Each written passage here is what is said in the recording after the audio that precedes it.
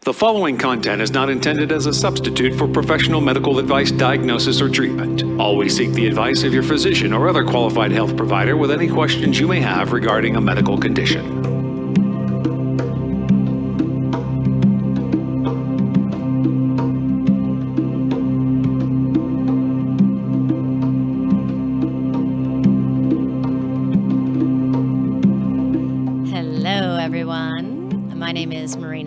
Spriggs, and I'm the host of Always Another Way podcast.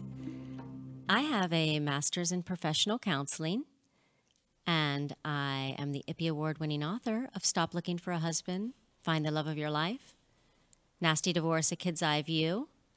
I write positive divorce advice for the HuffPost, and I'm trained in clinical hypnosis. And this podcast speaks to out-of-the-box thinkers, and it's for those who hear the call of hope and always another way. And if you're very rigid and set in your beliefs, this is probably not your cup of tea. However, you should note, tastes can and do change. And I just want to thank everyone again that listens to this podcast, that shares it, that subscribes, and we have a super exciting show today. We're going to be talking about the sheepdog, toxic masculinity, the good guys, and what's helpful. And just to kind of begin, toxic masculinity is just a term for a series of attributes to some men. It is not all men, and it does not mean all men are bad. So we'll just frame it up with that.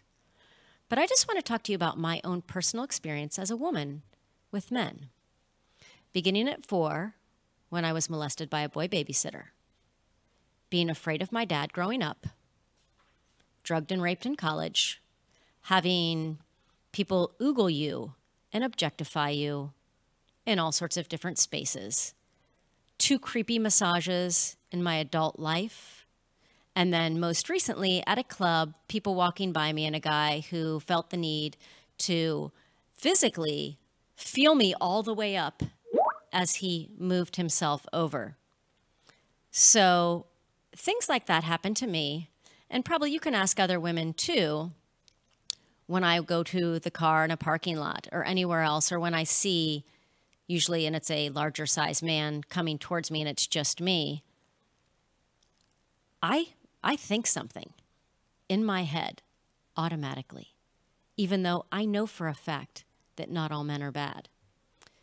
And so, I know a lot of really nice guys, and I have a son who's a really nice guy. So how do you not throw the baby out with the bathwater in talking about things like this, but how do we fix what's going on? So I just want to talk about, first, just read this little snippet from an article by George Ganitis on Medium about why toxic femininity is not a thing. So toxic femininity has been presented as something just as evil as the now well-known concept of toxic masculinity. So feminine-aligned traits that result in misandrous attitudes towards men. These traits apparently include lying to get custody of children, blaming bad behavior on your period, or acting helpless. And then other arguments discuss hypothetical roundtable situations where groups of women say mean things about men. So in contrast, toxic masculinity refers to a set of largely negative masculine-aligned traits, for example, hiding certain emotions, sexual aggression, violence, and a strong penchant for competition over cooperation. So right now you can see that these two ideas aren't very equivalent. Women are twice as likely as men to have been sexually harassed. They're 3 times as more likely to be sexually touched without their consent, and 3 times more likely to have been followed. 1 in 4 have been sexually assaulted, and I will tell you right now that that statistic is wrong. It's much higher than that, because myself included and everyone I know is not reported, compared to 1 in 15 men, and I also know that statistic is higher because I know men do not report either. But women are much more likely to become victims of every single kind of domestic violence. Men commit 91% of all murders and kill women 3 times more likely than women kill men. So that's a huge difference right there. But that being said, we're going to leave it off that topic. And I'm going to bring on my guest, is Colin Colwell. He has a BA from The Ohio State University in English Literature and Creative Writing. He spent 16 years in the Army Reserves with 5 years active duty. He was an intelligence analyst and a PSYOP specialist and instructor. He's been in martial arts since 2004, an Aikido Sando and head instructor. He's also worked in the corporate world for over 20 years as a principal tech writer, team lead, and process involvement specialist. And while this is what he's done, it doesn't explain who he is. He's a guy who can cook his wife dinner, challenges himself to do new and interesting things to grow, centers and grounds himself. He's a voracious reader with 8 to 10 books on his nightstand. And in his own words, he says, "I'm a real skeptic. I like to consider all angles and possibilities and then make up my own mind about things." And skeptic as a term has been hijacked by the gatekeepers of where we are today. In other words, people planting their flags on the status quo and little, from what I can tell, desire to learn more and expand our collective baseline. And that's what I really like about what he says, and what Another Way is about questioning all things. But also, if you're going to question everything, you should be able to be questioned yourself. Otherwise, that's called authoritarian, and nobody likes that. So anyways, thank you, Colin, so much for being on the show today. Thanks for having me. All right. Happy to be here. Yes, so there's a lot that we're going to unpack. There you go. That's my sugar night. Get it. I got some of those, but mine are chips. Yours look better. So let's talk about the concept. I don't know if everybody knows about the sheepdog, and wolf theory. Yeah, and I don't claim this. It's like a lot of ideas. We can claim it as our own, and we say I own it. I didn't devise it. This comes from a gentleman, career Army officer, Lieutenant Colonel Dave Grossman. So if you'll want to go out there, you can search his name, and you'll find him. It's Grossman. And his website, don't let the name fool you, is called killology.com. He's got some great ideas and writings. And the book's very interesting, as Marina can tell you all about. But after 9/11, he wrote an article called The Wolf, and I'm paraphrasing a lot of this. The Wolf, the Sheepdog, on wolf, sheepdogs, and the sheep. And essentially what he talks about is within society, that obviously, if you take our sociopathic or pathological type people, they are the wolves. They prey on others. Okay, we kind of know what that is. Then we know what the sheep are, obviously. That's the masses. And the side note there is there's nothing wrong with being a sheep. If you choose your own path and you pick it and you're happy with it, there's nothing wrong in being a sheep. It's not a negative term. Right. Sheep doesn't mean follower in right, this regard. Right. Yes. It means a very peaceful, pleasant person, pretty much. So, and then we have the sheepdogs. And the sheepdogs are a bit of an enigma. And a guy I work with pointed out that there's 2 different kinds. And I thought about it. And I'm like, yeah, that's right. So the sheepdog looks just like the wolf, has the same equipment as the wolf, the same teeth, the same fangs. The difference is the sheepdog has some empathy and love for his herd, or her herd, excuse me. There are plenty of female sheepdogs as well. Mm-hmm. So the idea is that the sheepdogs of the world, people like me, and we basically have to self-profess as that, I guess, and we're the ones that watch the flock. We're the frontline defenders, the first responders, whatever you want to call it. So we're here to help protect the flock. The problem is we look like wolves. So then you could get into things like armed police in schools or armed police in the airports and stuff. And I still kind of look sideways out of my eye, even being around guys with guns all the time.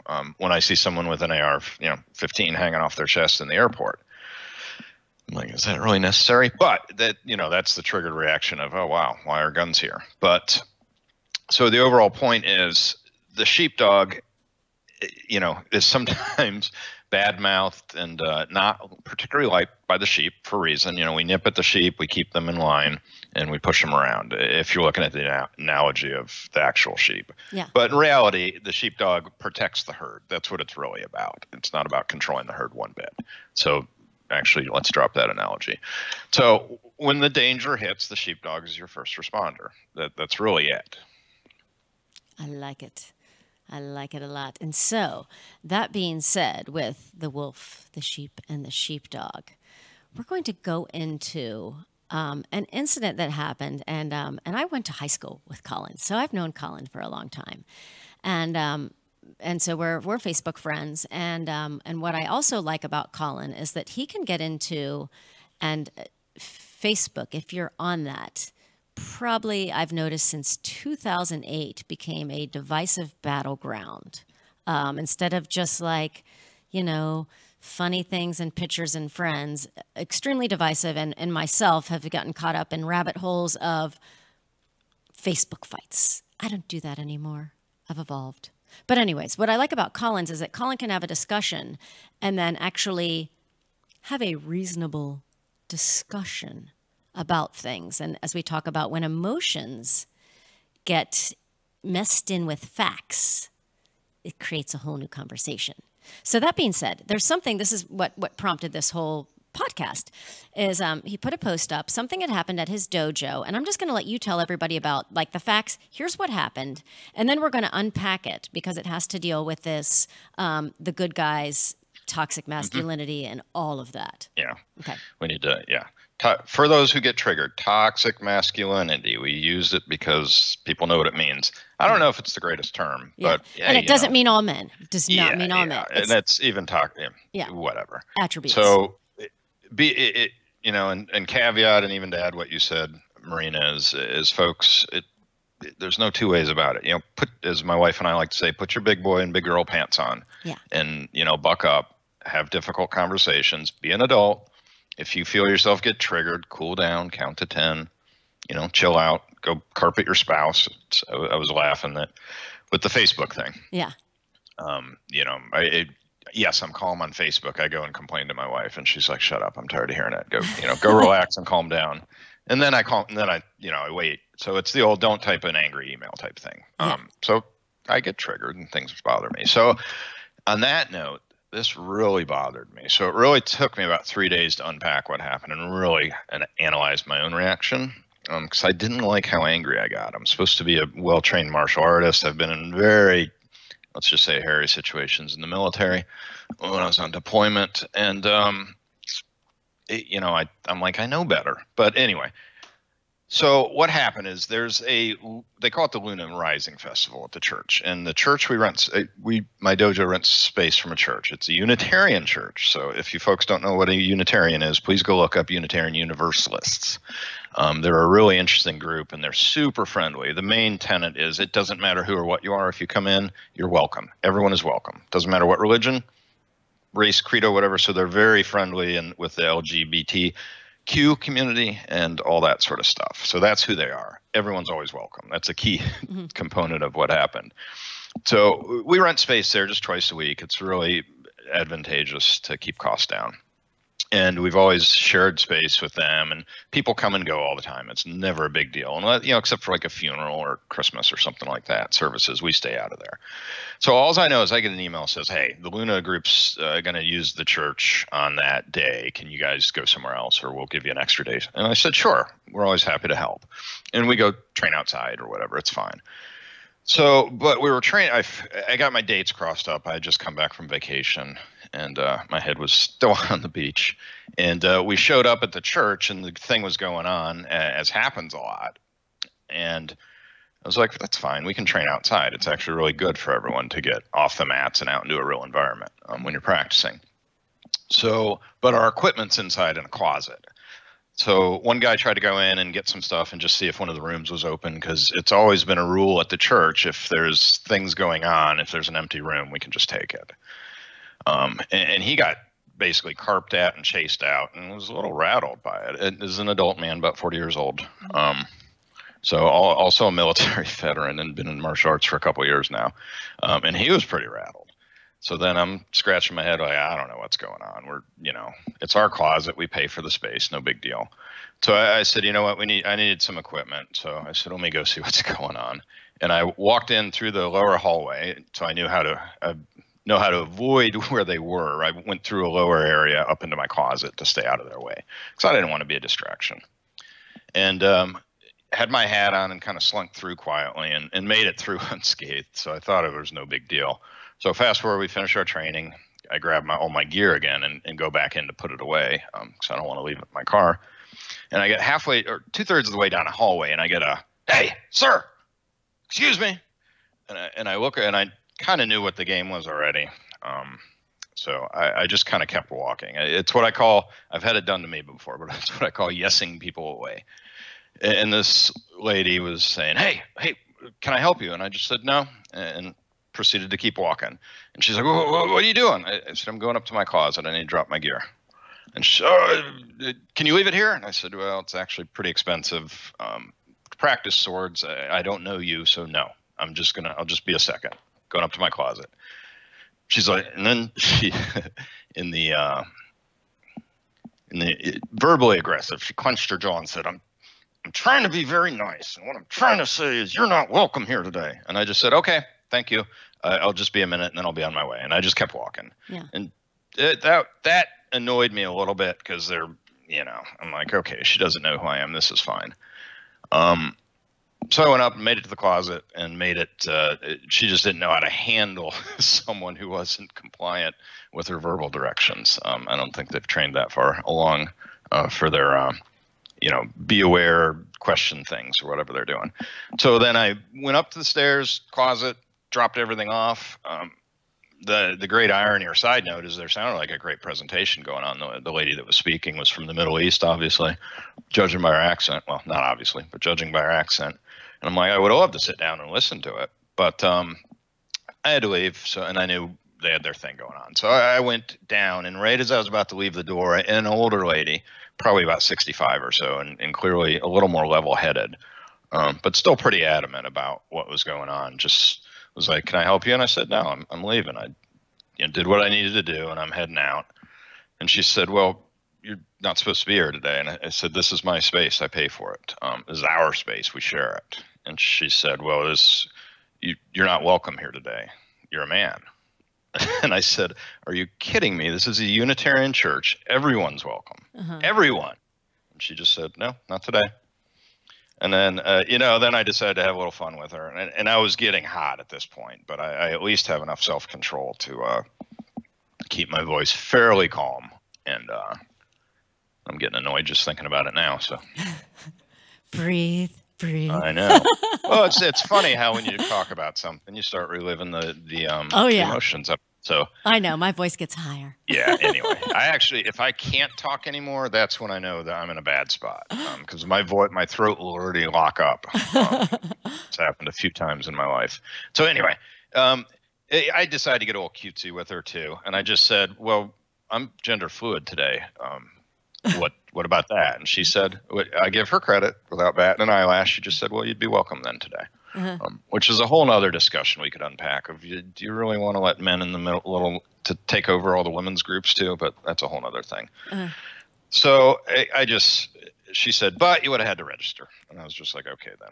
And then I left and I was on my way. But I was seething hot. And it took me a few days to come off the ceiling. For a lot of different reasons. So that's what happened. I handled it well. My student handled it very well. He just turned and left, which is the best answer when you're able to. Yeah. You only need to fight when you're cornered or when someone else is in danger. So the best answer is always to walk away. I love that. I wish more people would maybe learn that. It took me a while to learn the walk away. Because I used to like to engage. Yeah. Well, then I learned, loved engaging. No. Don't engage with the wrong people. Oh, I know. But, I cut my teeth on a very smart chat board, and I don't know if I belong there or not. I'll leave that for the other people to decide. But there's a lot of arguing that happened there, usually pretty good-spirited. And I'm well-versed in all the fallacies because that's the main part of the psychological operations training. So I kind of got all that out of my system, and now when I talk to people, I'm just like, if I get annoyed, I just stop, and I walk away. It helps being a pretty well-trained martial artist, knowing that, I could have handled that if I wanted to. But we're also held to a higher standard, just like a concealed carry weapons person is. In a court of law, someone who has a black belt in a martial art or is highly trained is held to a different standard for physical altercations. Yeah. So we have to be careful. Yeah. And so with that, is, maybe we can probably say of the first woman that kind of came out with that, and even regardless about the gender of who was there, about just handling people in your space. Yeah. Maybe could have just handled that a little bit differently. And they got I love the administrator of the church, and it's for folks who belong to a decent sized church, it's the person, right? Yeah. They do everything. They're the main person there, and she's awesome. And I even told her she's like a master verbal Aikido person for the way she worked them over for us, and made them feel really silly. So at the end of the day, they understood that we rent space there, but we're not of their church. So everyone got the message. We didn't get the message. So it came down to a miscommunication. Because honestly, I don't want to be if I'm not welcome, I don't want to be there either. So that's fine. But I do need to get my stuff and put it away. Yeah. And so, and of that little in between of that. And so, maybe could have gone just better for everybody if she would have maybe just been a little bit more cooler about, what are you doing? You're like, I'm just putting something away for a minute. Okay, cool. Yeah. Yeah. Or even just, well, here's what's going on today, and here's why you shouldn't be here, but let me escort you real quickly, and then we're in and we're out. Much better answer there. But they're not trained in that either. They've done the lady that's the person at the church said they've done some initial, what we'd call like level 1 training in the military for engagement and stuff like that, verbal engagement basically, and more just how to be aware. Stay off your cell phone and pay attention, things like that. But I don't think they've done full de-escalation, even verbally, or obviously not physically. They'd probably ask us if they wanted to do that. I hope they would ask us. But yeah, at the end of the day, it was really just a miscommunication. But I wanted to understand why I was so angry, and that took me a few days to kind of work through. And I knew I was angry. One, I help pay for it, so it's our space, if you will. But that's my time they're encroaching on, and I let them have it to be a good partner. So, I'm like, hey, don't you know who I am? The school's been here 27 years. I've been running it for 7 years. I've been training here for 12 years. I know not everyone knows who I am, but come on. You guys know there's this school that's here. We're here twice a week. It's not a secret. So that was a little frustrating. And then, in the military, we have, when the mixed-use barracks, you have a giant freaking sign that says, female area, no males allowed. Escort required if you pass here. There wasn't a single sign up. So they thought they did a good job communicating because all their members at the church knew. But then, what happens if a new person checking out the church comes in that day? Are they going to yell at a man and chase him out? Or what happens if, a new Aikido student shows up and didn't get the memo? Are they going to yell at them and chase him out too? So yeah, they really saw, I think they did apologize, and we all apologized, because I didn't like encroaching on their space either in hindsight. I just didn't know what the rules were. So a little bit of miscommunication already. Yeah, it's kind of at the root of everything. Yeah, and so let's bring that miscommunication into okay, so for the men and the women with things, with the toxic, you know what I'm saying, the behaviors that are NG, for another little acronym, but statistically wise. So what and we talked about this briefly the other day, okay, so I consider you a good guy, Colin, Thank you. And appreciate your sheepdogishness, because as much as I'm very, very, very fearful of men, like as a small child. Like the bus driver, I remember one time I'm in like 2nd grade and I did something, was acting up and wanted me to sit up front. And I didn't know what a panic attack was, but had full level panic that this guy was going to do something to me. And very, very fearful that men are going to do something to me, which is not a good space to be in your body. But that being said, not knowing that everybody's like that, what do men need to know that are good guys to not just be like, F her, she's a feminist and she's going to hate that, which just, it's that perpetuation of like, oh, you say that, then F you, and then, then nobody likes anybody because, you know, Here, and this is, that's not going to work. yeah, and that's yeah, thanks for asking that, because this is for all you watching, all you mothers of sons, fathers of sons, all our friends out there that said they were going to tune in, and I promised to keep it clean because I have a horrible potty mouth. It's a I'm podcast. relaxed You can at home. let it go. Let it go. No, but we want to make. I want it to be approachable. So okay. And and I like using them less frequently, just for emphasis. Okay. Then they're better, rather than every other word like we do in the Army. So, point being that it's what can men do? First thing is understand, and which I didn't know until my wife told me. And it's amazing when you start querying guys. I assume the predators know people are afraid of them, so hence why they hide, which will bring us to the next subject, I think. So what men can do is understand that until they know who you are, and even then, you're seen as a threat. Any human has the equipment necessary to be a sheepdog. And we're not talking teeth and everything like that. And some of us have more than others, and some of us have less than others. There's plenty of people far better trained than I am. So I know what I know. It doesn't make me, a master or anything like that by any means. But what I do know is that if they don't know who I am, then you can expect that woman's looking at you as a threat. And I think guys need to know this and not take it personally. It's kind of a revelation, because I said to my wife, "Really? You don't know who the good guys are?" She said, "No, not until proven." And even then, there's plenty of cases of long-term friends or something, sexual assaults happen. So, is your sheepdog going to turn on you, which could happen sometimes too. So that's a huge question. But at the end of the day, is if they don't know you and if they're not comfortable and you're not of the same tribe or anything, then don't take it personally. They're just being safe. And if you want to show them you respect that and be nice to them, then, respect their space. It's pretty simple. I mean, that's not even a gender thing or sex thing. That's just a human consideration. I like it. I like it. And so that being said, so what men did you do? So they can know this. And what about, do you ever have discussions with other men about these things, about like, okay, hey, and then there's also statistically, and we kind of talked about this too, that right now in the United States, 50% of people are growing up in single parent households, and the majority of those are female only. So, and because I am not a man, so I cannot speak to being a man, growing up as a man, but do know this from the experience that I grew up in. I have two brothers and a lot of men that I know, that you're role models for men that experience a range of emotion, not just anger, but a range of emotion, are few. And the ability to even be someone who, if you cry or show emotion, that you're not labeled, oh, you're sissy, you pussy, you something, versus just like, oh, it's a person with an emotion. What do you say to that? And how do you think that men can kind of, what do you think that can be done with that? I'll leave that one to the psychologists.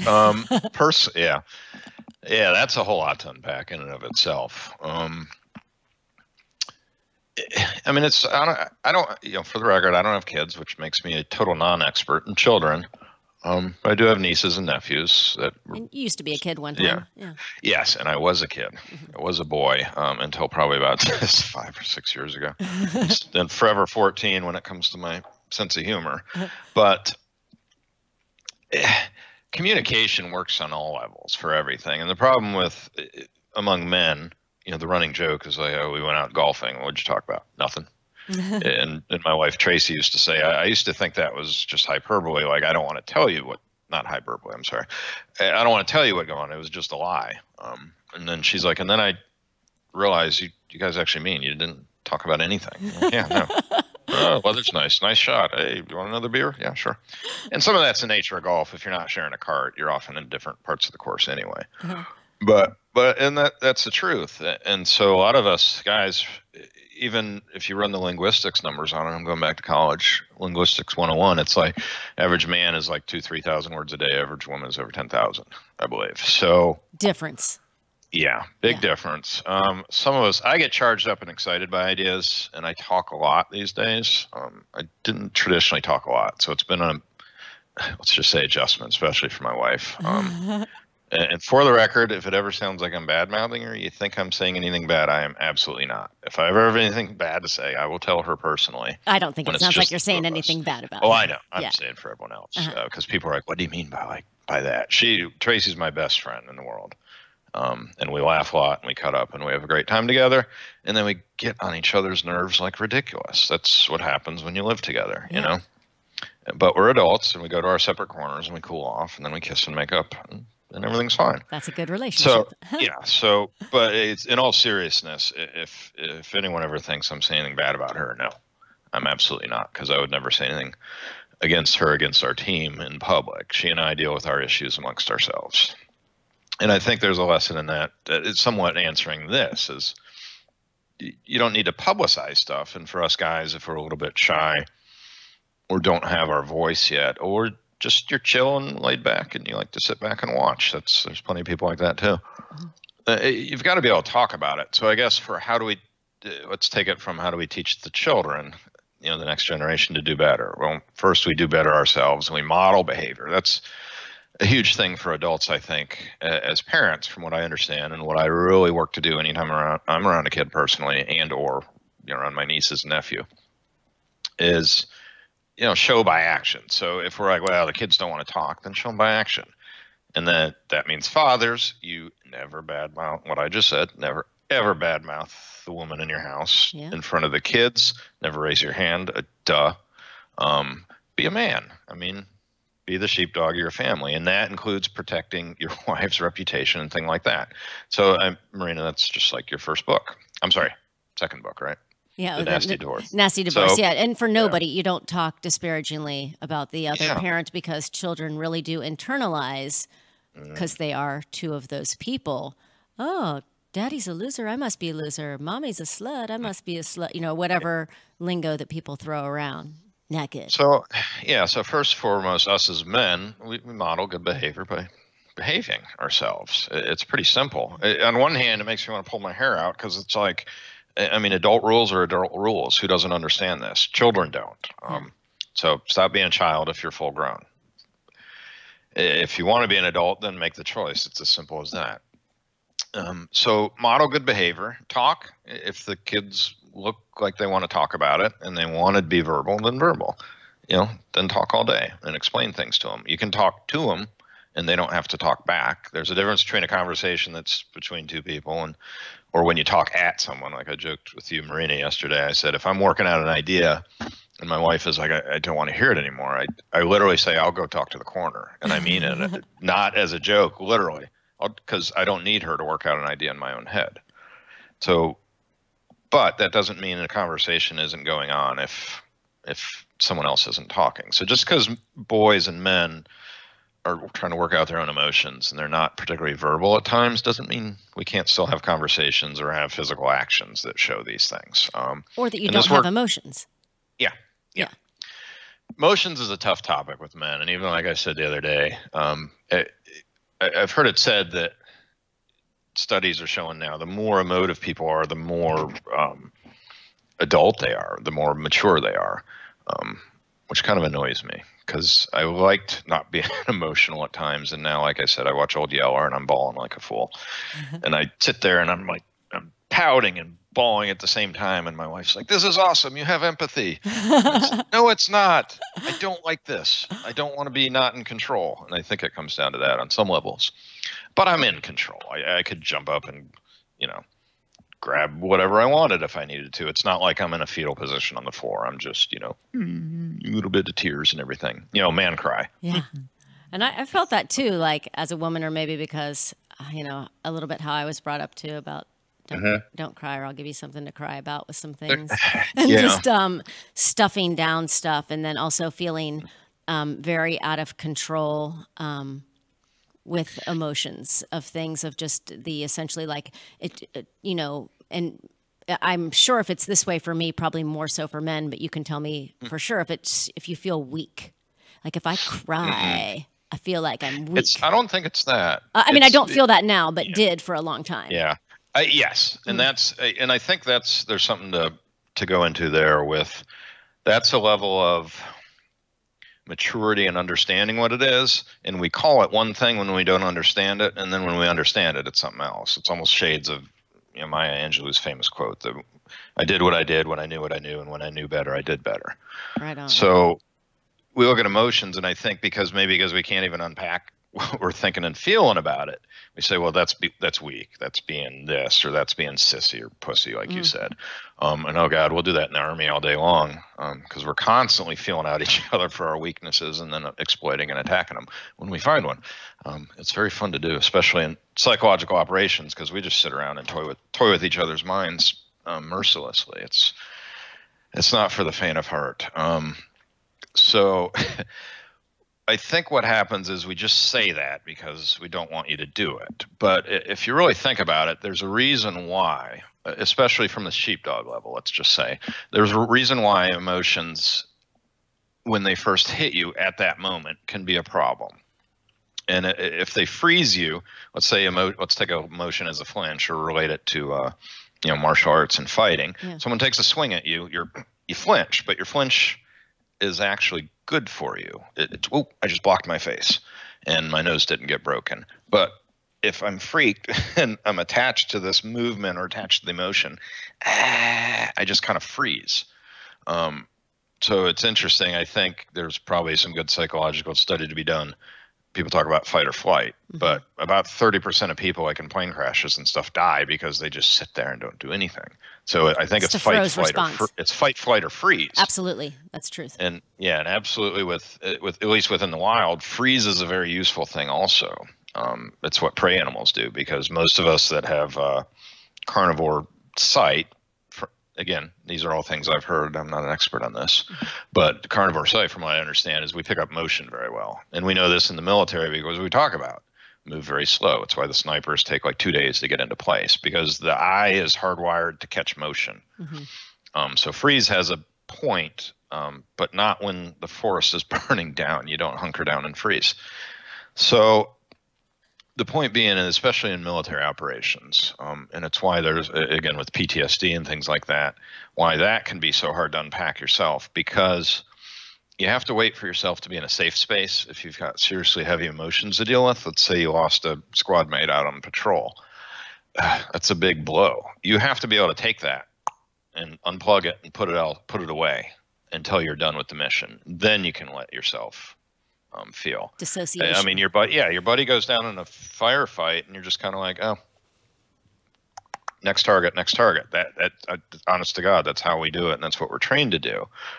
So this is what happens, like when I'm talking to my wife sometimes, and I get accused of having my empathy chip missing. It's not that it's missing; it's simply that I unplugged it for a minute, which I'm very good at doing when I need to. Except when a sad movie comes up, apparently.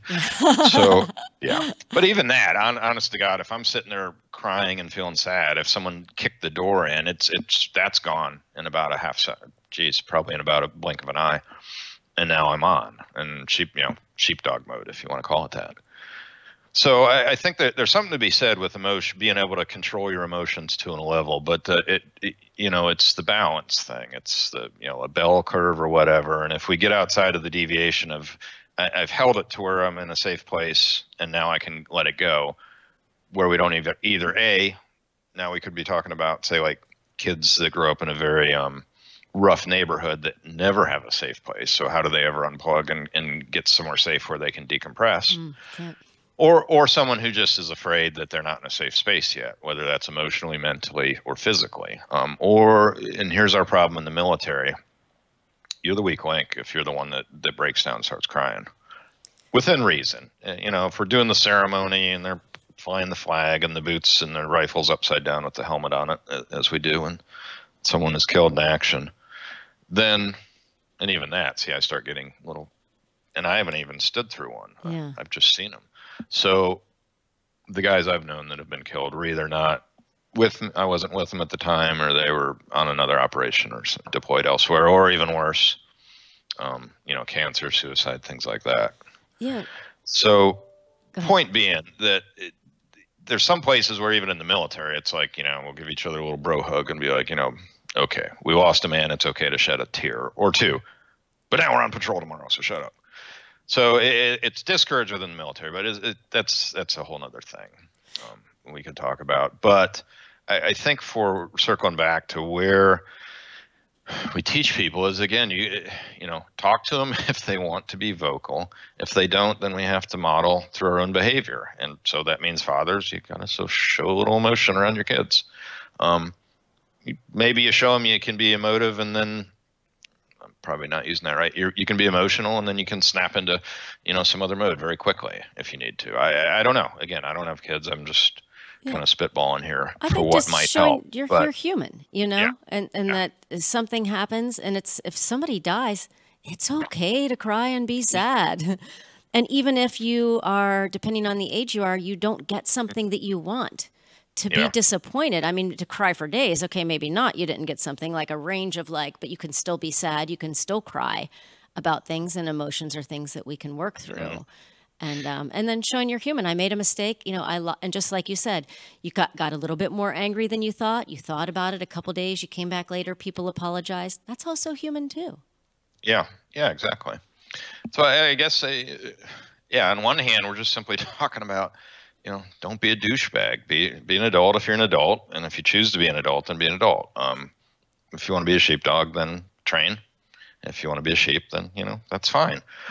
But at the end of the day, there's certain things that come with each one of those, and we can say boys need this or girls need that. But at the end of the day, we're all, genetically, we're all basically blueprints of each other, and so there's not much difference. Human. Yeah, human. Yeah, we're all. It's like my friend. So one of my friends, actually, my Systema instructor, Roy, says when they're like, this race or that race, he's like, we're all human. And so all have that full range of emotions, can be triggered, can be not triggered. And what do you think is something that you've maybe learned the most from your martial arts training, or even from the military, compared to maybe what you knew before you were in either one of those, that has made you the person that you are today? Yeah, the biggest thing, and this is a constant learning, especially these days as I get more advanced and more inside myself, which seems to be counterintuitive to how you make a good functional martial artist. But it's really about what's going on in my own body, 95%. And if I can control that, then I can control someone else pretty easily. So easily. Depending on their training and everything. So everything's relative. So I think for me, the number one is the things we think are super important that need now. And I'm super guilty of this, are not that important now. They can wait a few minutes. So the critical thing, so going back to the fight, flight, or freeze thing, the idea I said I'm thinking of a bunny when I say it, but in the forest, and the forest is burning. That's a decision that needs to happen now. Not even a decision. That's just a reaction. That if that bunny, nature being a bunny, it's trained to just run, so it runs. So I think for me, and it applies, spiritually, physically, emotionally, all the above, is the ability, and it's a constant journey to do better, but it's learning the ability to take the trigger and hold it if I need to, and do what I need to with it. So in the aforementioned incident that happened, I really, really wanted to punch her in the face. I was surprised how much I wanted to hit someone. But they were unpacking it. They came at me aggressively. It was verbally aggressive, but don't come at someone who's adept at violence aggressively, because we just might go there. That's what we do. As a sheepdog, that's not what I do to someone who I'm supposed to be protecting. And I knew that. So ultimately, it's like I proved the point that I'm a wolf and not trustworthy if I attack. If I attack the herd, if you'll say. Yeah, but having that inner button that says, even though I would love to punch her in the face, I will not because. Yeah, I will not because, first of all, it's very wrong. I don't want to hurt her. I really didn't. It made me angry, which makes me want to physically, get the energy out. So these days I just go work out and go for a run, and that works. And I didn't like I said earlier, I didn't like how angry I got. But at the end of the day, the succinct Twitterable comment there, if you will, is the ability to take the trigger. We'll just call it trigger because everyone understands what triggering is. Take the trigger and at least put it over on the shelf for a while. So that's the ability to keep your adrenaline from totally running rampant in your system, from your lizard brain from kicking in. Mm-hmm. It's the ability to, when someone says a very mean, sharp thing at you, to and I'm doing that on purpose, just as a demo. I'm not lost in thought. It is to slow yourself down, and even when we're training on the ground, especially in an art yes, I'm an Aikido instructor with 12 years there. I also train in Sistema, which is a Russian martial art. I'm just a student there. Mm-hmm. So it's really helpful to do both, I think, to be well-rounded. But within the Sistema, it's a striking art. We hit each other. We hit each other a lot. And we practice being hit so that when we do get hit, it doesn't trigger us, or you don't freak out, or you know how to move, and most importantly, you know how to move your body in a way to either absorb it or to dissipate it so it doesn't do lasting damage. So it's really interesting because it has a lot of implications for health and things like that too. But we wail on each other like crazy. So caveat, only when people are ready for it, and only giving them a little more, to charge them up a little beyond where they can handle so that they can move to the next level. So when people from the outside are like, oh my God, I could never do that. You don't start by standing toe to toe, punching each other in the face or anything silly like that. We start easy and work your way into things, and people get what they're ready for. But even when someone's swinging at you, you don't have to do that. Your reaction, your split second flinch can be very helpful, especially in a physical incident. So if something sharp is flying at your face, your natural reaction is hardwired into our body for a reason. Mm-hmm. So we need to understand that, but you don't want to freeze on your natural reaction. So we train ourselves, we practice to be able to allow the natural reaction to pass through and to stay chill and relaxed. Even if I flinch, I just let it go. But now here are my hands right here already, bam, bam, boom, boom, ready to go to work. So the flinch is actually helpful, and an emotional flinch even is helpful, but you need to recognize it for what it is. And it takes a lot of practice to do that, and it takes constant refinement to be good at it, just like any skill. To not react. Yeah, that's way more than a Twitterable feed, but it could have been a Twitter storm, I guess. Yeah, you can just keep typing and keep typing. Next one, next one, next one, next one, next one. And that's the rabbit hole I can go down these days. Is I can latch on an idea, and as I circle around, coming at it from a lot of different directions, it can get to be a lot of verbal diarrhea until I get to the point. That's okay. We're following you. So for just a few more minutes here, what do you think is the most important thing that we could just tell people about? And maybe it's just with the men and the women and what we can do, but also just as people to example that that better person. Yeah. I take this one from my wife, Tracy, again, best friend in the world, and I love her to pieces. So she's a really good senior manager where she works. She's been doing it for a long time, and she's learned to not react within the business and stuff. And again, just like me, she'll come home and unload and but cool as a cucumber at work. So, but she says it's almost like version of the Melissa Mayer thing, the lean in, is someone says something that could be triggering or bad or whatever, then it's, okay, tell me about that. And that's your answer. I love it.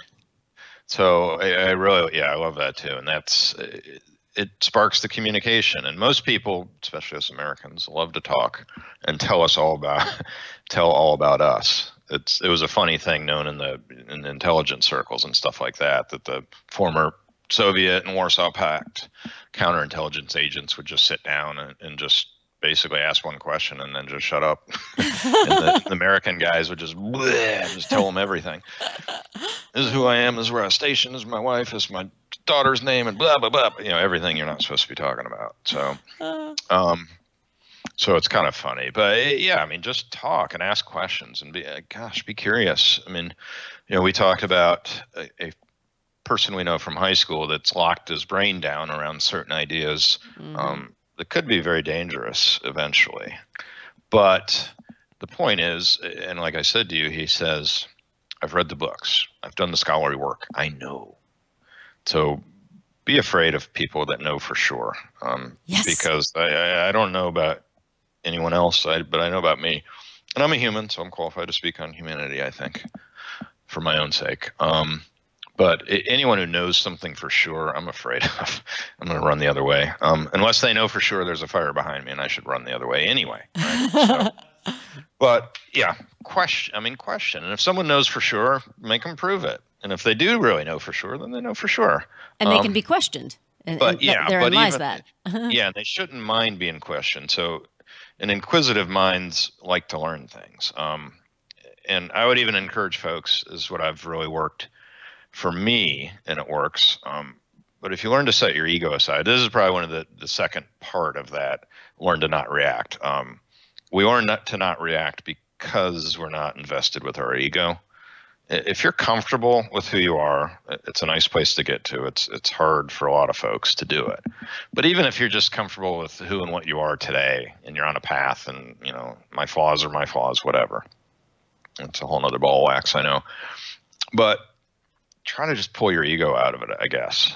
So don't react based on whatever, danger or things that aren't dangerous, because we're triggered for fight or flight, even when you get, you know, the text messages being a certain way, and Facebook and Android and all that. No, it triggers us, and it triggers oh my God, what's going on? But it's not important to do it right now. I can check it 10 minutes from now, no big deal. So there's an ego component of, I want to be right. And then as far as relationships go, those of us that have been through enough of them, or ones that work well, it's, do you want to get along or do you want to be right? So I'd say seek first to get along. If you want to be right, you can be right in your own head all day long. I mean, we all have our own opinions, and my opinion, you can't tell me I'm wrong. You can show me I'm wrong, and then I'll change my opinion. But my opinion's my opinion, and it's based on me. So but I'm you're not open wrong. to others, which is the difference. Yeah. You know what I mean? And I think so. Facts versus opinion, and that's a problem. Circling back to what I was saying, is someone who's sure about something. Usually, if you dig into that, they're sure about their opinion, but their facts are maybe they're questionable, maybe they're not. But we don't know if we don't ask questions. So don't be so worried about being right or winning. If, you know, especially in the martial arts that aren't competition based, and that's what I train in, not competition based arts, excuse me. You know, winning is still being alive. So you get the idea of winning and losing out of your head. And, you know, losing, we know what the loser is. You know, if it was some like Roman gladiator fight to the death. But even most altercations, if you're not getting shot and things like that, or stabbed in the heart, then, you know, maybe it's just fisticuffs or something like that. And who wins a fight? They don't. There's a saying in I don't remember if it's Chinese or Japanese, we'll just say Asian martial arts. If two tigers fight, one is dead, the other is severely injured.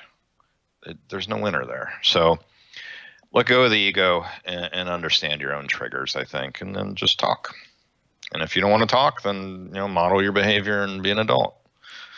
On one hand, it's so simple, but we joke about this in the martial art, in both martial arts, pretty innate martial art. It's simple, but it's not easy. What a good place to just really end that with all that wonderful talk and advice. And that's what I truly think, too, is the ability for people to be reasonable. And I've struggled with that because you could probably look at my history of I was right for a long time until I knew that I was wrong. And then you realize that I may know things, but there are many more things I don't know. And some things that I know now, I may have a blind spot and may need to learn again. But to be open to those things and then to not take stuff personally.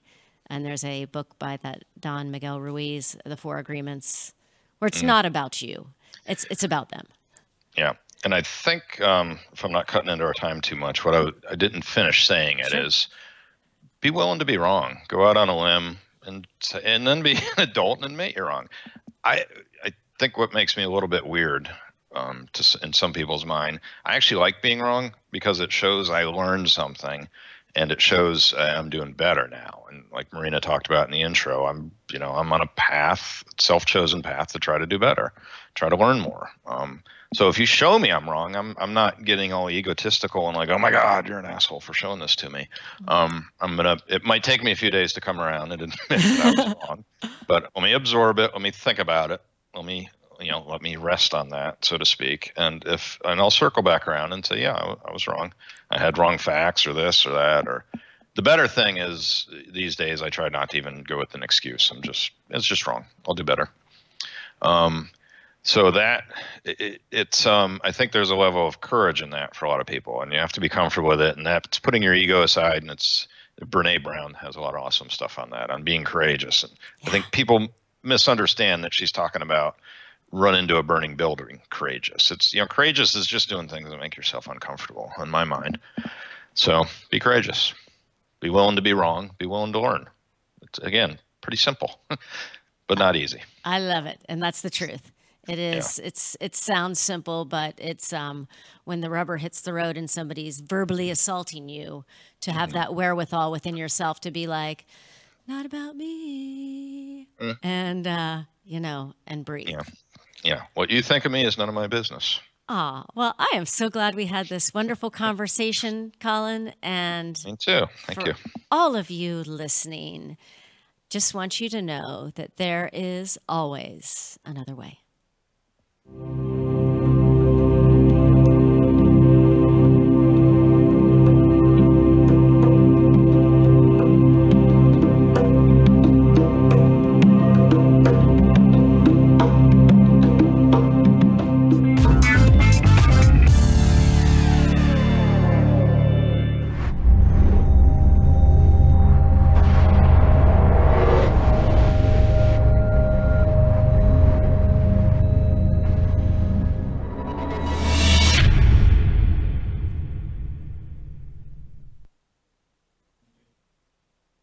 Are we clear?